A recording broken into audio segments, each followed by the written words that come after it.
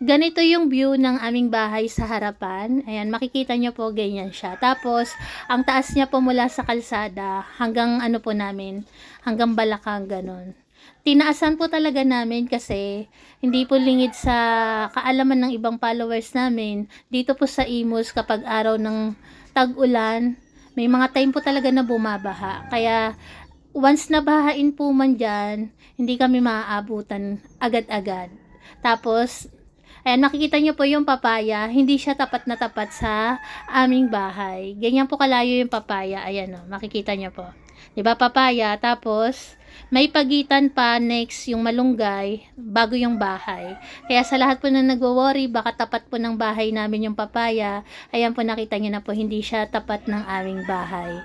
Tapos, balik po tayo dyan, naglagay rin po kami ng taas, kasi kung kami lang pong dalawa ni Fernan, okay na po sa amin kahit baba lang yung aming bahay. Pero dahil nga po marami kaming fur babies, talaga pong naglagay kami ng taas kasi in case na bumaha, ano man mangyari, sa dami ng aming fur babies, may aakyatan po kami sa kanila. Meron kaming safe place na paglalagyan sa kanila, hindi kami kakabahan kung saan sila ililikas. Ayan po yung purpose, kaya po naglagay kami ng taas. Hindi lang po para sa amin ni Fernan, kundi para po sa aming mga fur babies, para kung bumaha, meron po silang safe place.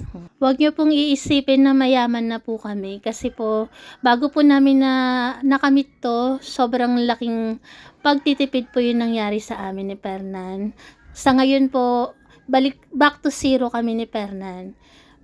Pero masaya po kami kasi kahit back to zero, meron na po kaming naipundar na ganito. Pero huwag niyo pong iisipin na mayaman po kami kasi maliit lang po yung kinikita namin dito sa pagbablog. Natuto lang po talaga kami ni Fernan na sinupin yung bawat buwan na dumarating sa amin. Sininop po talaga namin. Ilang taon po namin pinagtiyagaan yun.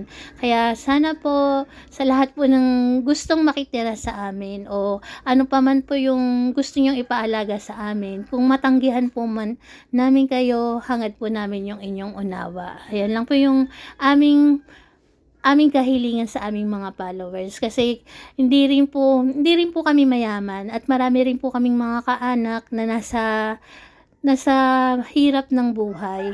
Hindi rin po namin sila natutulungan kasi nga po hindi po kami mayaman. Kumbaga inuna lang po talaga namin ni Fernan yung magiging future po namin. Kaya po nakapundar kami ng ganito.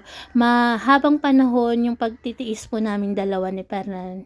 Kaya ayun po, maraming salamat po sa unawa nyo at maraming salamat po sa lahat po ng aming manonood. God bless po sa atin.